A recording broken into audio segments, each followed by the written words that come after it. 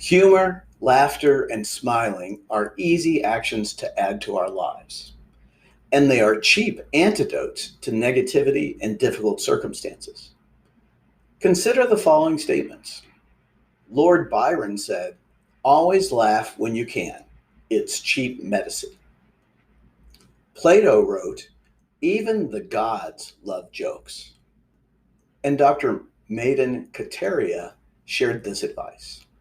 If laughter can't solve your problems, it will definitely dissolve your problems so that you can think clearly about what to do with them. While we don't really need research to confirm what we all know experientially, here are a few facts from the Mayo Clinic. Laughter improves our mood, decreases the stress we're experiencing, releases endorphins in our brain, stimulates circulation and relaxation, relieves pain, and boosts our immune system. The problem is, a lot of us just aren't that funny, although we may think we are. We can't remember jokes, we botch the punchline, or combine information from two jokes, which often results in a laugh at our mistake. But as I sometimes say, don't let a lack of talent get in the way of being successful. Here's a couple of my attempts. What did one ocean say to the other ocean? Nothing. It just waved. Or, there's a fine line between a numerator and a denominator.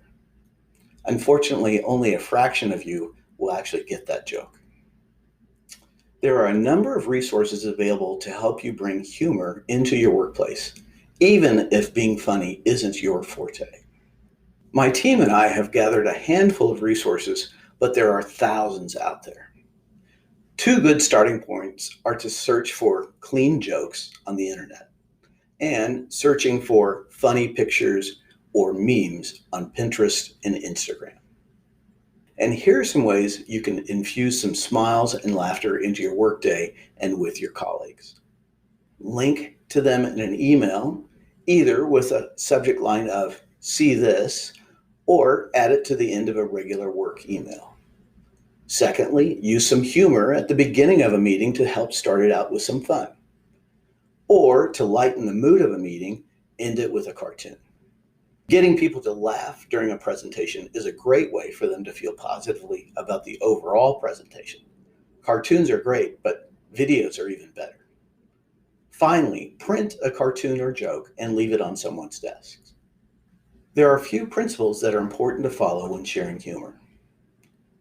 While jokes, humor stories, funny videos are great to share at work, not all jokes, stories, and video images are wise or appropriate to share. For those of you that may have some challenges in identifying the boundaries, here are a few guidelines.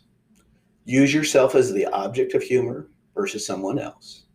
Avoid content that's sexual in nature, either directly or through innuendo or double meanings.